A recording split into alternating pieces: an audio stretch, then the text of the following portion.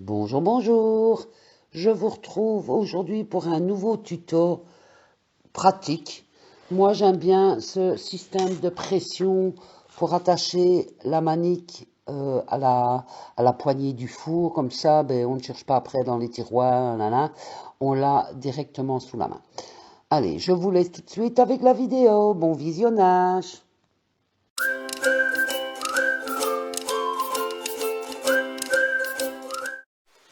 Alors, pour ce nouveau projet, nous allons avoir besoin de 2 carrés de tissu de 18 cm sur 18 cm, d'un morceau de tissu également de 15 cm sur 8 cm, de 2 carrés de molleton de 18 sur 18 cm également, et d'un morceau de watine de 19 sur 19. Alors, volontairement, j'ai mis 1 cm en plus.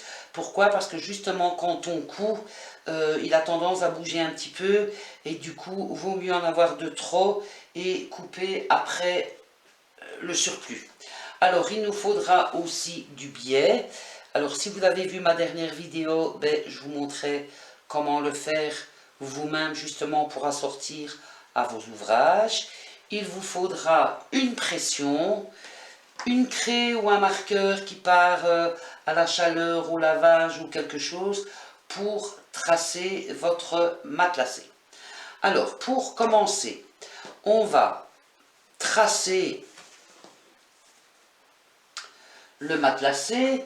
Alors, je vais faire le début avec vous, mais voilà, vous partez d'un coin à l'autre pour faire votre tracé. Voilà. Et ensuite, vous allez venir faire des petits traits, justement, pour, en partant du trait ici. Vous voyez, je me suis mise là au centre sur 10 cm. Et par exemple, si allez, vous faites tous les 3 cm, on va dire, eh bien, là, vous allez faire un trait. Je vais descendre un peu parce que autrement, j'ai pas la place pour le faire. Donc là, à 3 cm, et je fais 3 cm de l'autre côté également. Voilà. En partant toujours de votre centre.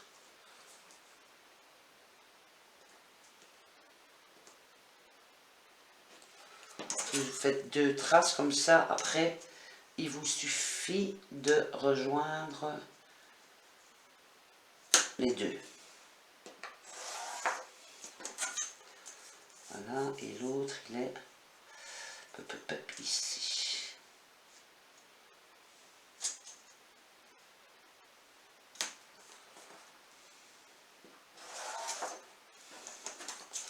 Puis, ben, vous continuez, hein, de nouveau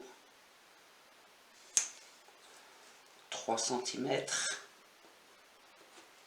et 3 cm également. Hop.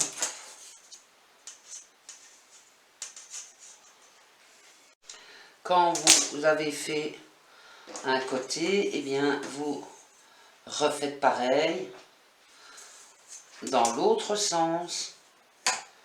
Vous partez d'un coin à l'autre. Hop.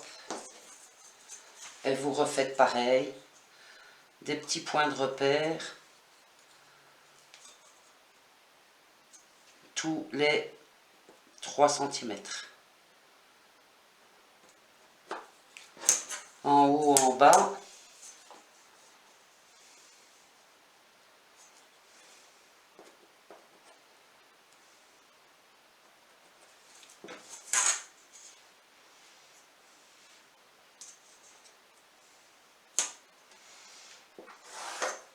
Voilà, vous faites pareil des deux côtés. Voilà. Une fois que vous avez fait vos traits pour réaliser le matelassé par la suite, on va prendre l'autre d'ailleurs, pour éviter que ça parte. Voilà, vous allez prendre un tissu que vous allez poser bon côté face contre table. On va mettre un morceau de molleton. Ensuite, la watine. On remet un morceau de molleton et on vient placer le dernier tissu au-dessus. On regarde qu'ils soient bien tous positionnés bien face à face. Et on va venir épingler pour ne pas que ça bouge. En tout cas pour éviter que ça bouge un maximum lors de la couture. Alors vos épingles, ne les placez pas trop contre le bord. Comme c'est hyper épais, ça évitera de devoir les bouger pendant la couture. Voyez?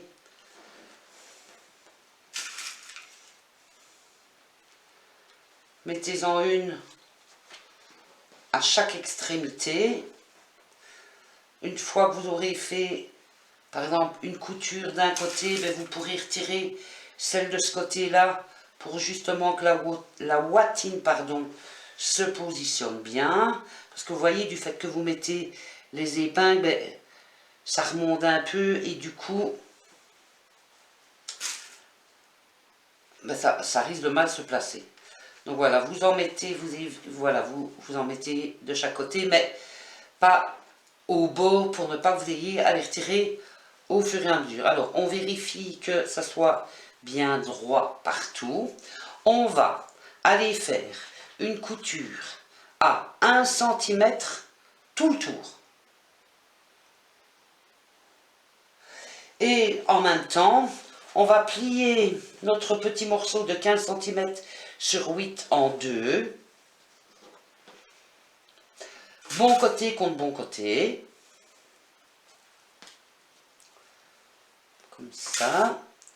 Et on va venir en même temps faire une couture en partant d'ici à un demi-centimètre, pardon, à un demi-centimètre comme ça, hop, jusqu'au bout. Donc un petit côté et toute la longueur. Laissez un côté ouvert pour pouvoir le retourner par la suite. Donc on fait ça et une couture à 1 cm tout le tour. Une fois que c'est fait, on va venir retourner notre petit morceau.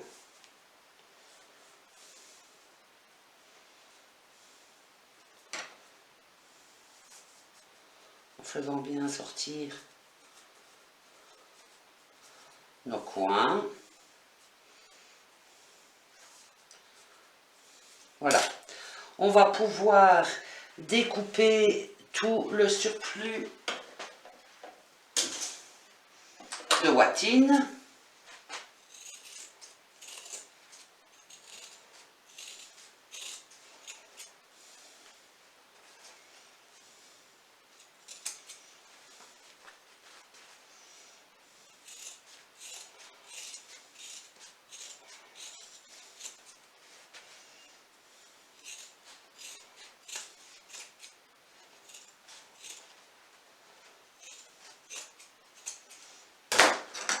Voilà.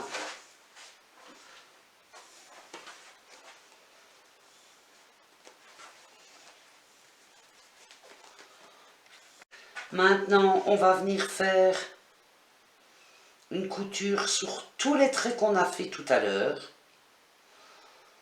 dans tous les sens. Maintenant, moi ici, j'ai fait des traits tous les 3 cm. Certaines machines ont une petite tige, là je ne sais plus, je ne reviens plus sur le nom, pour justement rester bien à 3 cm. Je ne sais pas si vous l'avez, c'est pour ça que je vous ai fait les traits, parce que moi limite j'en aurais pas eu besoin. Donc voilà, faites toutes des coutures sur tous vos traits. Alors, une fois qu'on a réalisé toutes nos coutures partout, eh bien on va poser le biais. Alors, c'est préférable de commencer par le bas, mais c'est pas obligatoire.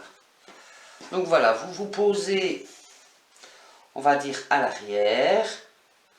Vous posez le premier pli, vous faites un petit pli comme ça sur 1 cm et vous venez le positionner au centre, on va dire en bas.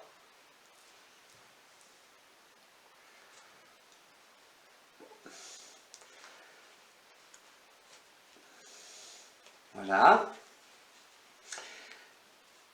Vous pouvez l'épingler, on va dire. Alors, quand vous arrivez à l'angle, vous allez venir faire un petit point de repère à 1 cm, je le fais à l'œil, hein, à 1 cm du bord, comme ça. Et quand vous allez commencer à coudre, vous allez coudre dans votre pli, bien évidemment, et vous allez vous arrêter juste au point. Vous faites un point d'arrêt. Ensuite, vous allez prendre votre biais. En partant, il sera cousu jusque là, donc il va tenir. Il faudra le mettre vraiment en haut comme ceci. Voyez? Et le bloquer là avec votre doigt et hop, repartir vers le bas. Et du coup, ben, on va réépingler et refaire une couture tout le long. Ici en bas, pareil, on va refaire un petit point de repère à 1 cm. Et pareil, il faudra s'arrêter de coudre à votre point de repère. Donc, on épingle, on fait une couture jusqu'à notre petit point de repère. On arrête l'ouvrage. Puis, il sera tenu jusque là.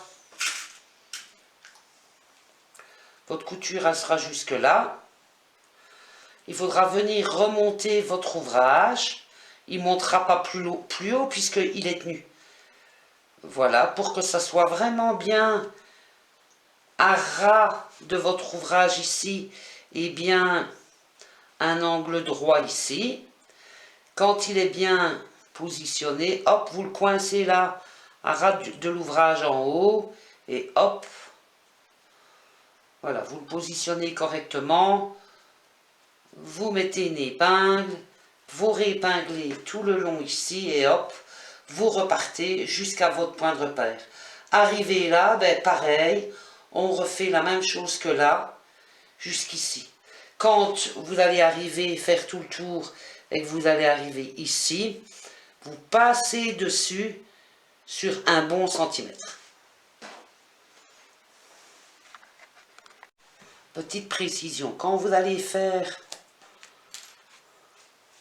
votre couture comme ça ici, je vous ai dit, vous vous arrêtez à 1 cm du bord. Là, je l'ai déjà fait. Hein. J'ai oublié de vous préciser une petite chose. Alors, hop, vous remontez comme ça et vous regardez ici, voyez, sur le côté pour qu'il soit bien dans le prolongement à ras. Si vous le pliez, si vous n'êtes pas bien, vous voyez, il va dépasser. Je ne sais pas si vous voyez bien, mais si vous ne montez pas assez haut, ben, il dépasse. Et non, vous devez le monter pour qu'il soit bien à ras et par la même occasion qu'il forme bien un angle ici. Voilà, il est remonté. Après, ben, vous le repliez vers le bas. Vous épinglez.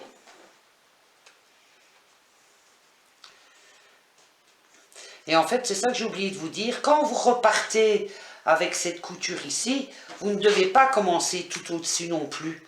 Vous devez partir sur votre trait, mais à 1 cm en bas en fait. Vous ne commencez pas là au-dessus, vous commencez à 1 cm. Voilà, et vous faites pareil dans les 4 coins. Voilà, on a fait tout le tour. Je suis remontée légèrement sur mon début. Je peux venir couper. Voilà. Maintenant, tout simplement, on va le retourner. on fait passer le biais de l'autre côté. Si jamais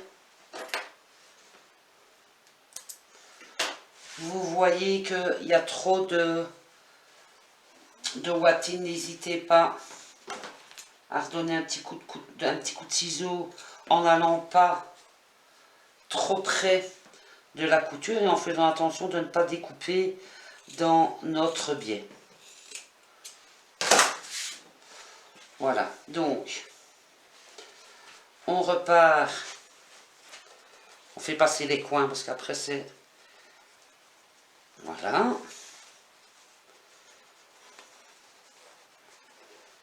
Voilà. Alors on repart d'ici, donc on avait fait un petit pli tout à l'heure pour qu'on ne voit pas le bord du tissu là tout simplement.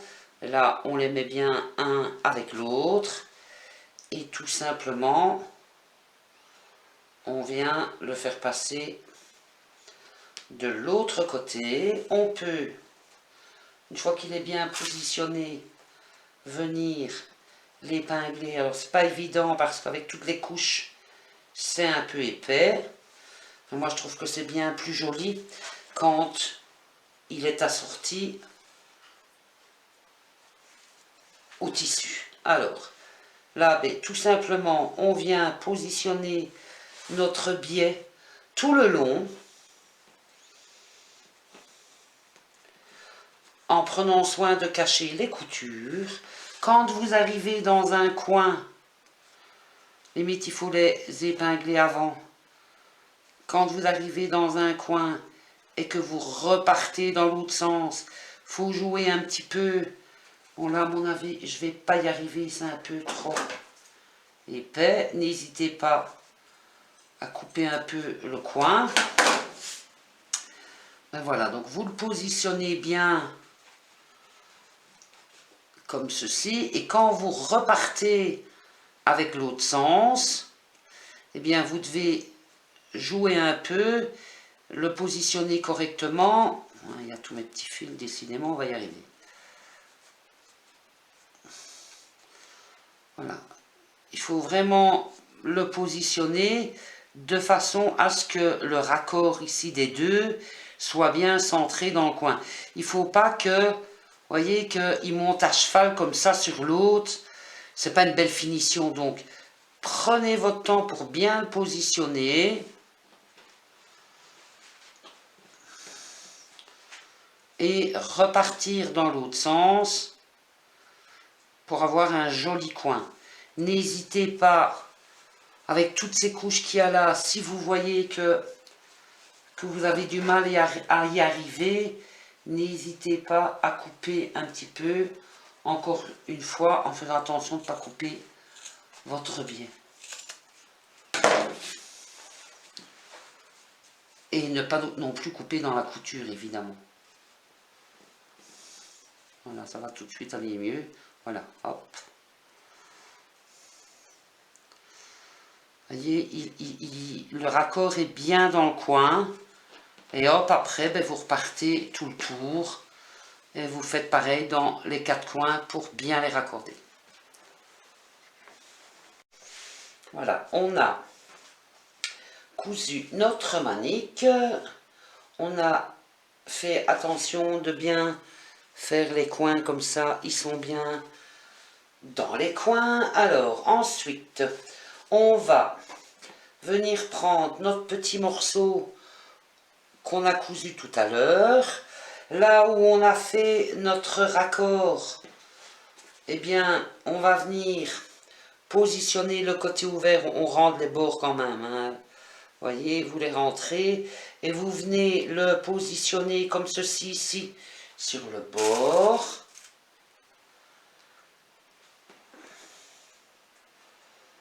Voilà, vous l'épinglez. C'est un peu difficile du fait qu'il y a toutes les épaisseurs, mais attention de ne pas vous blesser. Et voilà, vous allez, donc il est bien centré là où il y a votre raccord, comme ça en même temps ça le cache. Vous avez refermé juste ici, et maintenant vous allez venir faire une couture ou deux ici pour que ce petit morceau tienne à votre manique. Donc voilà, on a coupé tous les petits fils partout. Notre petite bande ici est cousue. On va venir positionner la pression. Alors, on va le refermer comme ça. Donc, ce côté-là doit être devant. Bien centré au milieu de la bande, on va dire à 1 cm du bord. Bien centré.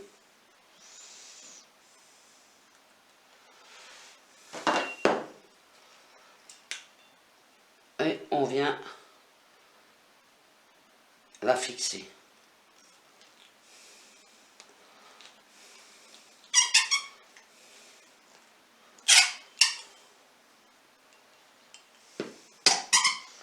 N'hésitez pas à bien écraser la pointe.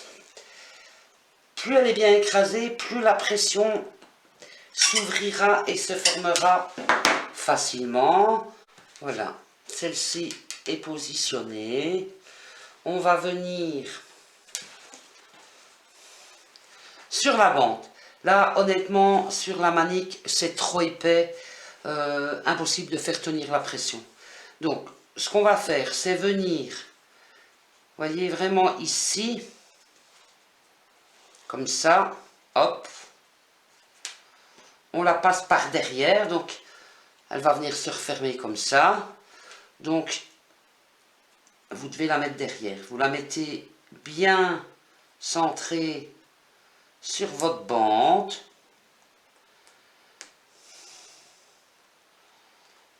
Voilà, comme ça.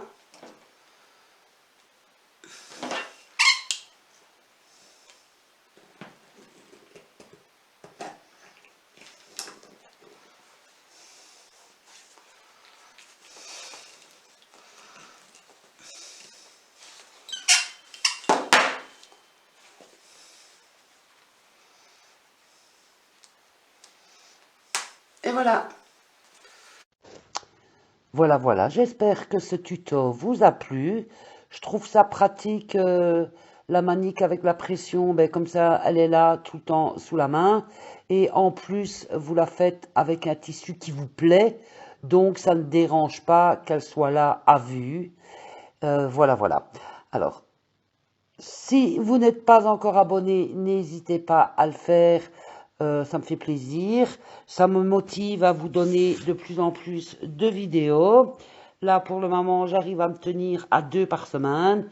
Bon, j'y arriverai pas tout le temps, hein, je vous le dis. Là, je ne travaille pas avant le mois de février. C'est ce qui me permet d'en faire autant. Voilà, je vous dis à très bientôt pour de nouvelles aventures.